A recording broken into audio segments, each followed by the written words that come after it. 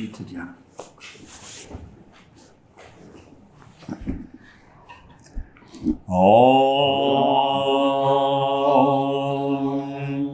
O Bhagavad Gita, by which Arjuna was illumined by Lord Krishna himself, and which was composed of 18 chapters within the Mahabharata by the ancient sage Vyasa.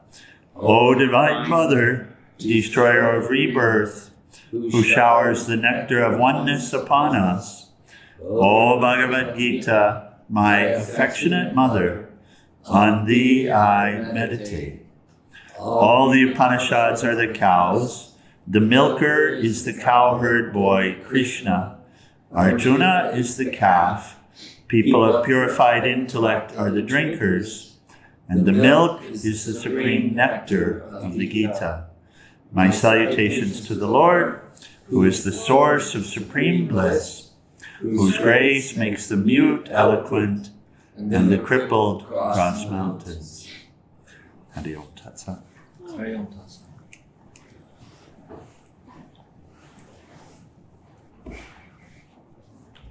Okay, so continuing with the cosmic vision, the holistic way of seeing.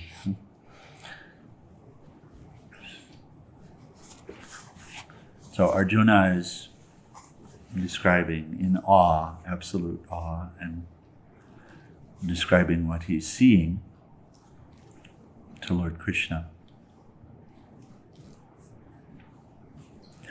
We'll pick up here. You reach everywhere. There's no place that you start or end, nor middle either. You wield infinite power. The sun and moon are your eyes. Your mouth, a burning fire that heats the whole universe. From heaven to earth, every quarter is full of your presence. O Mahatman, Supreme Self, the three worlds tremble before your terrifying and marvelous cosmic form. It is true, the hosts of heavens, gods, angels, higher beings, actually enter into you. Some so overcome, they extol you and bow before you, with their palms pressed together respectfully. Hosts of sages and saints spontaneously praise you in song sublime, and speaking of you are saying, peace and peace to all.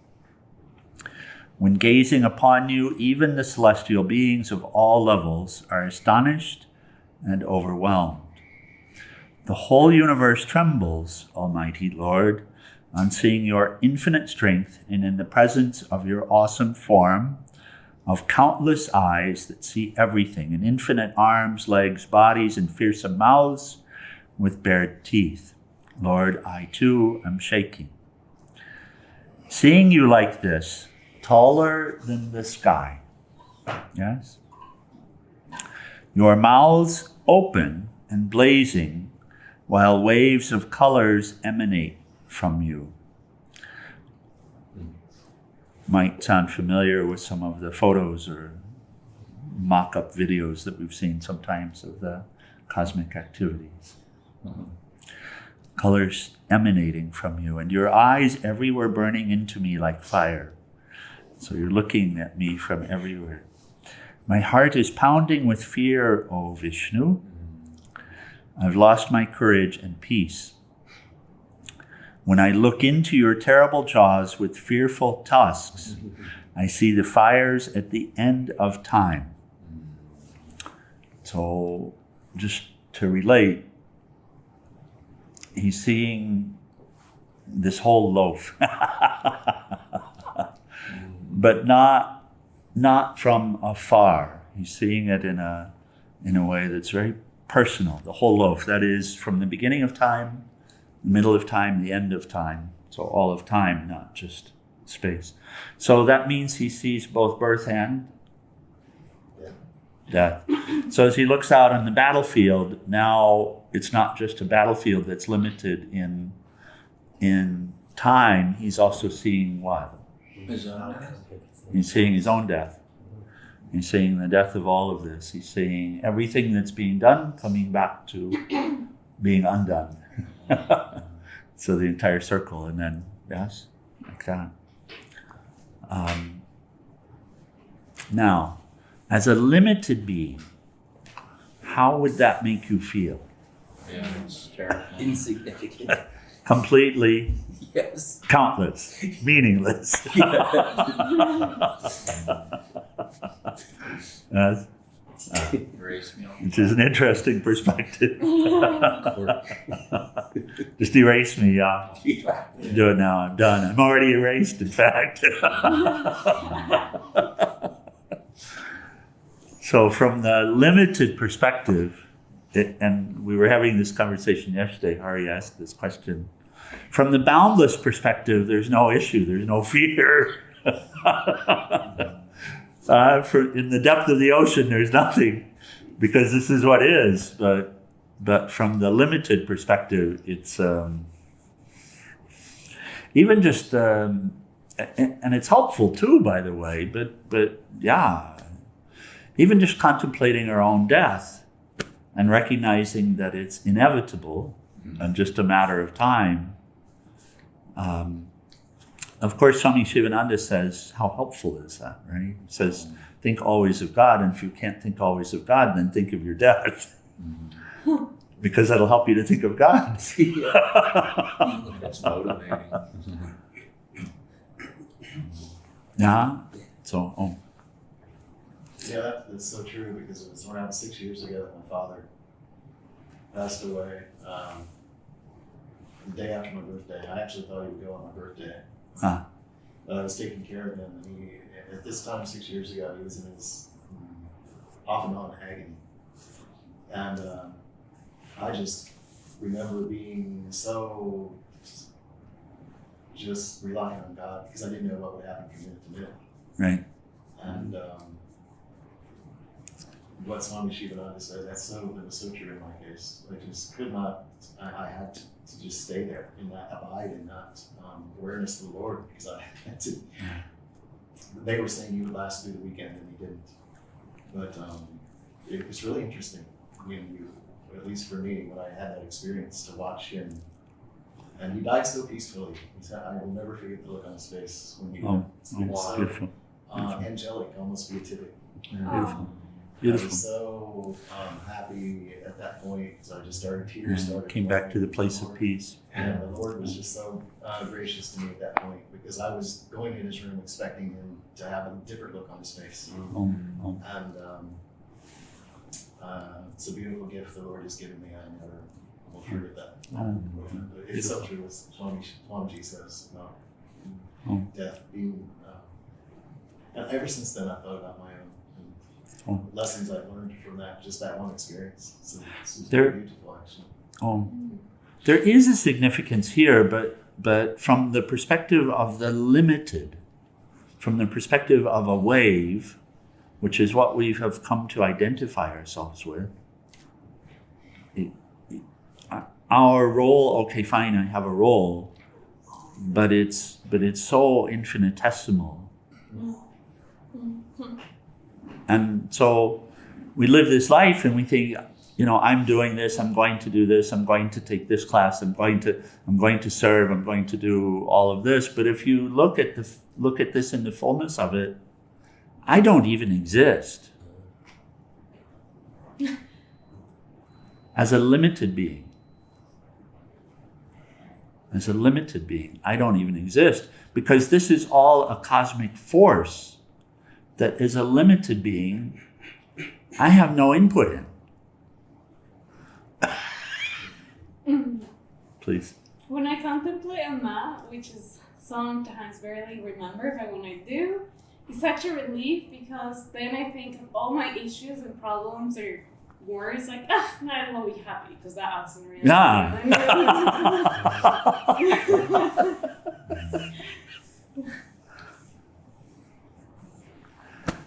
Really, the more we back away from our lives, the more we say, wait a second, there's something bigger than me. This is from a limited perspective.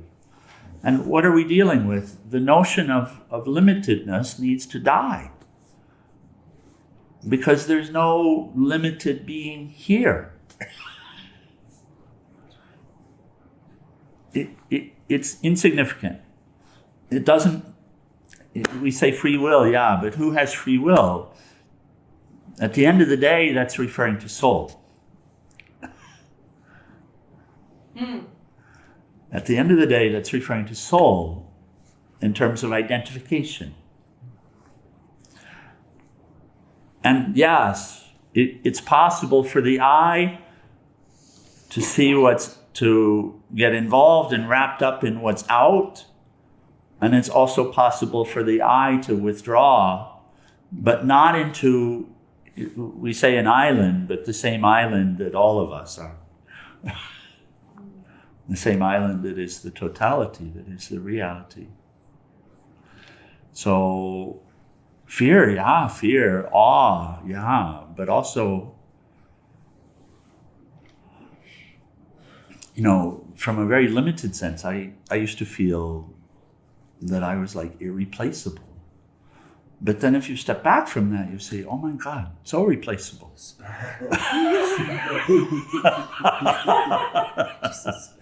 like, what am I even doing here? How did the company that you left do after you left? Well, they went out of business, but who cares? This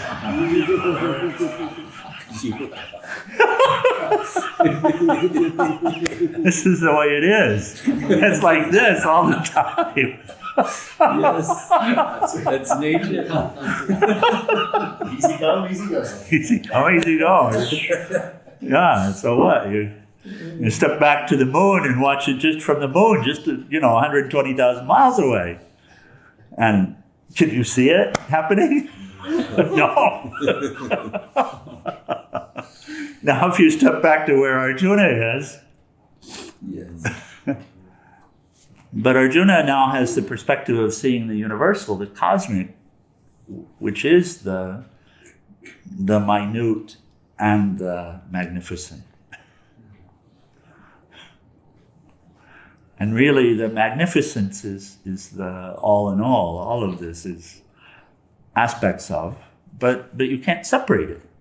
So the thing about limited is it's a notion. It's not a reality.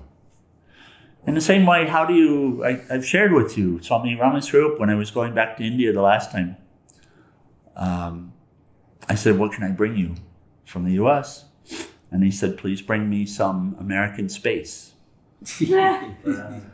So if you consider it for a moment, you'll have to laugh, which you just did, thank God, because how can you limit space? Right? You can look at only a tiny little bit of it, and you can imagine it to be limited. But in the same way, what's being described here isn't limited. So you look at that little cup, and you can imagine it to be a cup. Imagine. But you could only imagine it to be a cup because in reality it can't be. Right? And who is it? What is it really? It boils down to it's the Lord. Yeah, it's Krishna.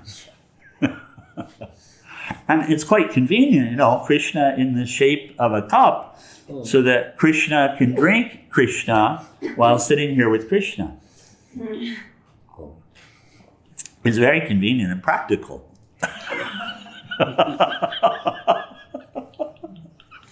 For Krishna. But if we forget that, then life sucks. True. But if we remember that, then life is a joy. Then what's the problem here again? Self-made. Remind me, I seem to have forgotten. Yes. Good morning, Theo, dear. Okay, continuing. So, and this is from the perspective of the limited, seeing this absolute beyond imagination.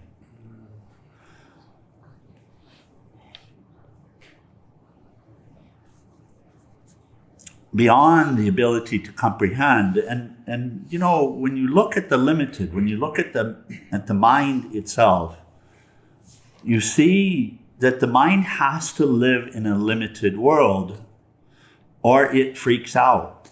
I mean, it has to live in a world of names and forms or it freaks out. And the only way out of that is for it to finally surrender to the infinite and say, okay, I can't comprehend you, but I'm yours. You're in charge. What we call surrender. Because it can't comprehend it. And whenever we come to it, trying to live a separate life, trying to find some meaning in a finite, limited life, it can't be found.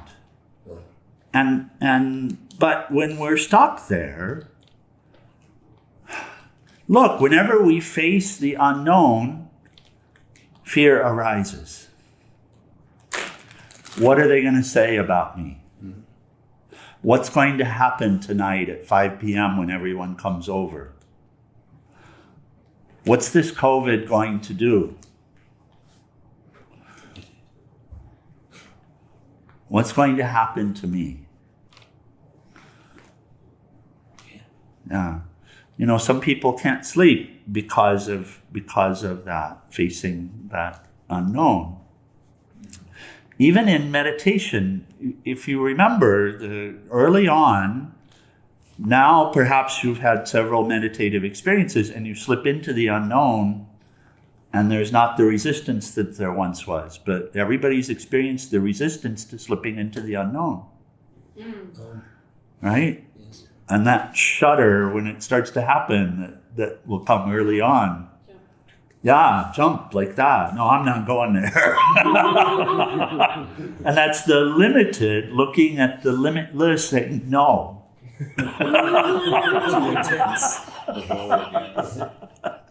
Not this one.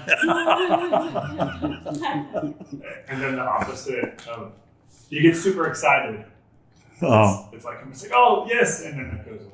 Because you're getting excited. Oh. And all of the limits that we draw, you know, in conversation with people, we can talk conceptually about yoga and joy and where it is and how it's known and that it's your own. We can talk conceptually about it, but then everyone will say, well, I'm not doing that. Whatever it is, I'm not allowing that. That will never happen to me again. And so that's the limited, which seems to be only comfortable drawing lines. Control. But here it has to face its demise. Right? It has to face accepting life in the limitless. And so, Hari, we were talking yesterday about that he's supposed to be awake. Well, conceptually, yes. But now he has to face it. And that's what happens when we're on spiritual path, when we're sadhakas. We say, okay, I'm in, but then, you know, we're holding on to so much stuff we don't imagine because we've been living a limited life and imagining ourselves to be limited beings. And so all of that stuff will have to get faced and released. There's no difference between death and birth. There's no difference between death and life.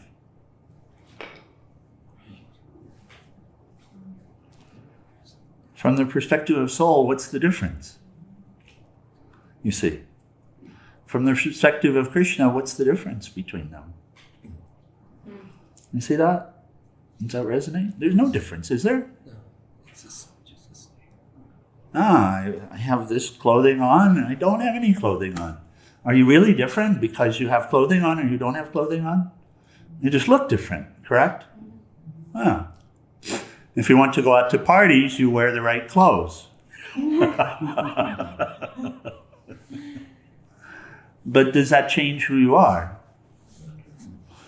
And why is it that it changes your happiness or anything else? Why is it that you get robbed of anything because you're here or not here? And by the way, how could you be anywhere but here anyway? Wherever you go, here I am. So there's fear in the limited, in facing the limitlessness, until it finally becomes comfortable with its own non-existence. And it doesn't mean that it doesn't exist. It means it doesn't exist as a limited something. It's never been a wave. It's never been a wave. So the wave has to face. It's always been the ocean, and it will have fear because it's taking itself to be the limited. The fear only evaporates when it finally realizes I'm the ocean. It's all good. It doesn't make any difference what shape I'm in. That's true. And that is a realization that has to, as we were discussing on Tuesday, that is a realization that has to be taken in the intellect. The soul doesn't have an issue with realization or not realization. Oh. In a way it does, as if. Okay, so we continue. So Arjuna is facing this, and now for the first time he's seeing all of this life, everything here, past, present, future, as the one divine.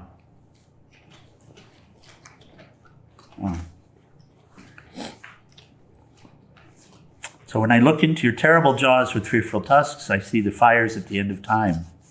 I've lost my bearings and don't know where to turn. O Lord of the gods, who upholds the whole universe, show yourself merciful. Right? It's a little too much for me right now.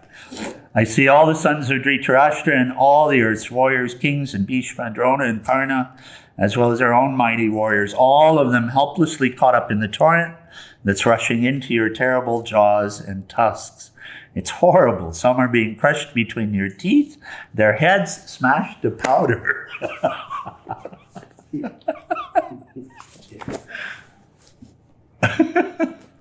Yeah, so if you see forward in time, right? If you see all of it. Okay, a little commentary from Swami Venkatesh. And there's one here, I'll read his translation in 28 and 29. That's what we just covered. Verily, just as many torrents of rivers flow towards the ocean, even so these heroes of the world of men enter thy flaming mouths. As moths hurriedly rushed into a blazing fire for their own destruction, so also these creatures hurriedly rush into thy mouths for their own destruction. And Swami Venkatesh draws the spiritual significance of this really beautifully. He says, the mystery deepens into this great being's mouth, and he puts quotes on mouth. Right? The physical eyes wouldn't see it as a mouth. Black holes and such, or supernovas swallowing the planets and civilizations and such. The physical eyes wouldn't see it as mouths, not without the intellect finally catching it. Right? It's a different perspective. If I, conscious mind speaking, if I take the sun to be a living, breathing entity, as an aspect of the divine. So if I am able to shift my perspective and see the sun as an eye of Krishna in cosmic body, then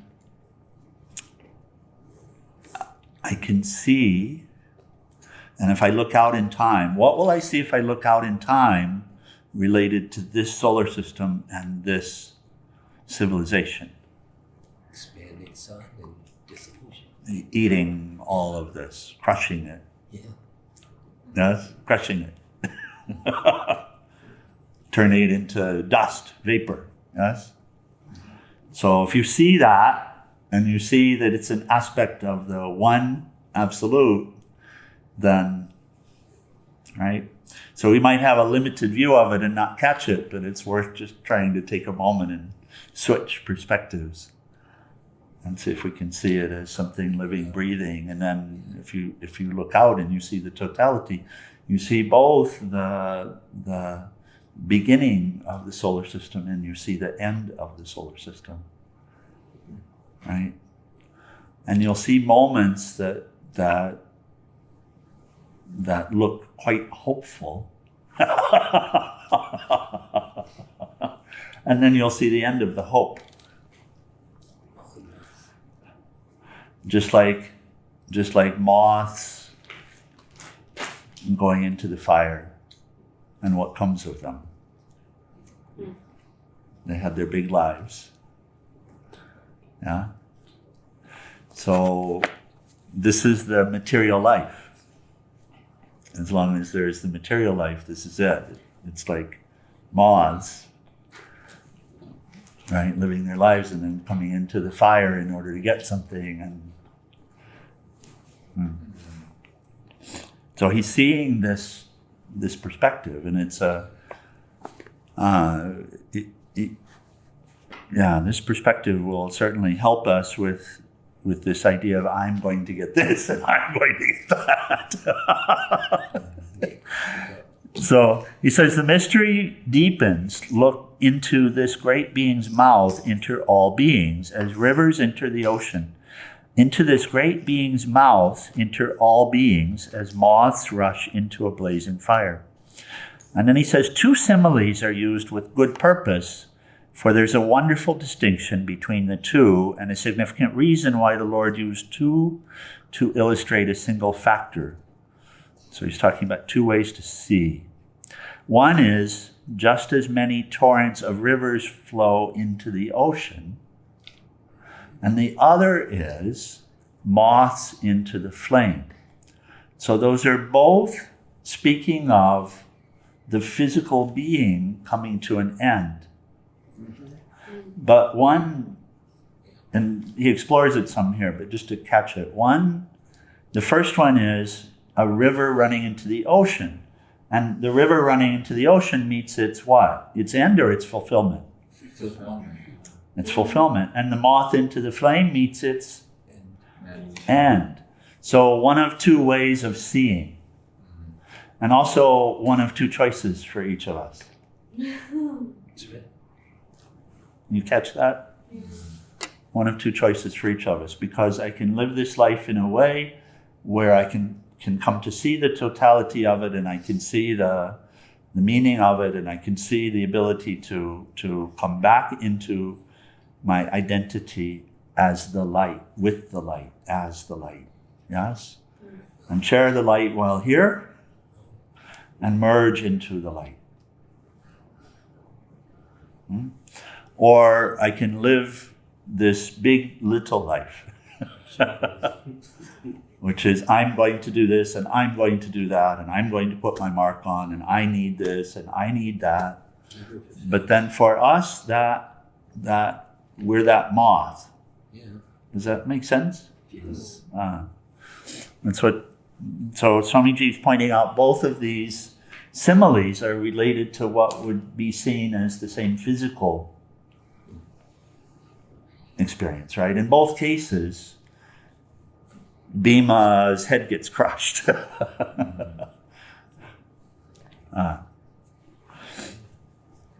So he says, these are the 2 courses open to each human being. The wise one chooses the former, which the Katha Upanishad calls Shreyo Marga. It implies turning away from the objects of the senses, daring to defy obstacles, just as the river encounters obstacles in its progress, overcoming them in various ways, and eventually surrendering the limited personality which has been the cause of all of our woes, in order that we may become one with the whole. The path does not seem to be rosy and smooth, tempting and attractive, but the goal is supreme peace and total fulfillment. The unwise one, blinded by the blazing fire of illusion, refuses to see the reality and takes to the prayo marga, the path of pleasure, which pleases the senses. The blazing fire is beautiful. It is tempting and inviting. The ignorant moth rushes towards it, having no time to think or reflect, since the call of the senses, the eye of the moth in this case, is irresistible. At the first touch of the fringe of the flame, the wings of the moth are destroyed. And man loses his wisdom and will, and now it is too late. All his vain effort is destroyed. So he comes back in those two slokas to help us see the two paths. Shreya Marga, which is the path of the good, and Prayo Marga, which is the path of the pleasures. Pleasure meaning ragadvesha, meaning pleasant, unpleasant. Right? It's not different, same. So living the life to get away from the things that are painful, and to have union with the things that are pleasant. Not the same as good. The path of the good, meaning to endure in order to reach the ideal. The obstacles. Sure, yes. To endure in order to reach the ideal. So, love. You say love, I want to be loving, then you love all. And that is within you. So you have to merge with that love. Yes, to do. And you can do, of course, because you are that. But obstacles will come, won't they? Things that seem unloving will come. And so in each case, we endure the obstacle, we hold on to the ideal, and we continue. Just like the river to the ocean has to overcome the rocks and everything in the way, but then it reaches its fulfillment. Oh. Questions or comments? Anything this morning? Oh.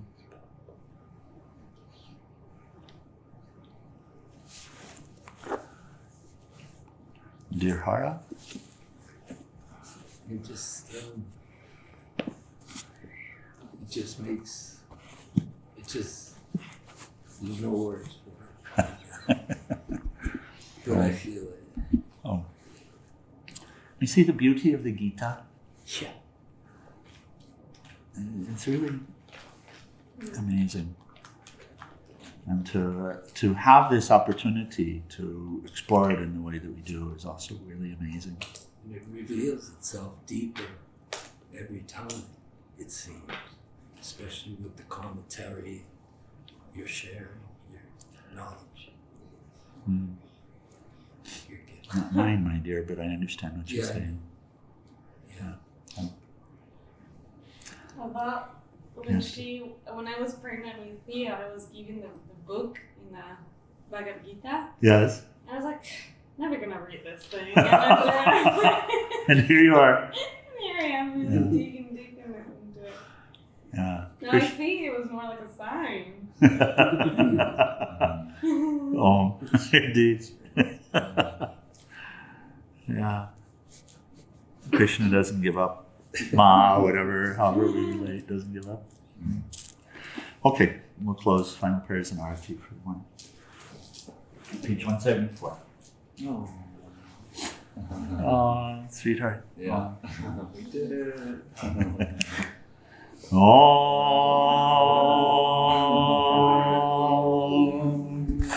Om Trayambakam Yajamahe Sugandim Pushtivardhanam Orvai Rukameva Bandhanan Mritor Mukshiyamam Mritat Om Trayambakam Yajamahe Sugandim Pushtivardhanam Orvai Rukameva Bandhanan Mritor Mukshiyamam Mritat Om Trayambakam Yajamahe Sugandim Pushtivardhanam Orvai Rukameva Bandhanan Mritor Mukshiyamam Mritat Om Sarvesham Swastir Bhavatu, Sarvesham Shantir Bhavatu, Sarvesham Purnam Bhavatu, Sarvesham Mangalam Bhavatu, Sarve Bhavantu Sukhinaha, Sarve Shantu Niramaya, Sarve Bhadrani Pashyanto, Makashit Upapabhave, Asato Ma Satgamaya, Tamaso Ma Jyotirgamaya, Mrityorma Amritam Gamaya. Om Purnamida Purnamidam Purnat Purnamudachyate Purnasya Purnamadaya Purnameva Vasishyate. Om Shanti Shanti Shanti. O adorable Lord of mercy and love, salutations and prostrations unto thee. Thou art omnipresent, omnipotent, and omniscient. Thou art Satchidananda. Thou art existence, knowledge, and bliss absolute. Thou art the indweller of all beings. Grant us an understanding heart, equal vision, balanced mind, faith, devotion, and wisdom. Grant us inner spiritual strength to resist temptation and to control the mind. Free us from egoism, lust, anger, greed, hatred, and jealousy. Fill our hearts with divine virtues. Let us behold thee in all these names and forms. Let us serve thee in all these names and forms. Let us ever remember thee. Let us ever sing thy glories. Let thy name be ever on our lips. Let us abide in thee forever and ever. On below Sakura Shivananda Rajaki, and for all of the saints and sages of all the traditions. Om Namah Shivaya. Let's rise for Arati.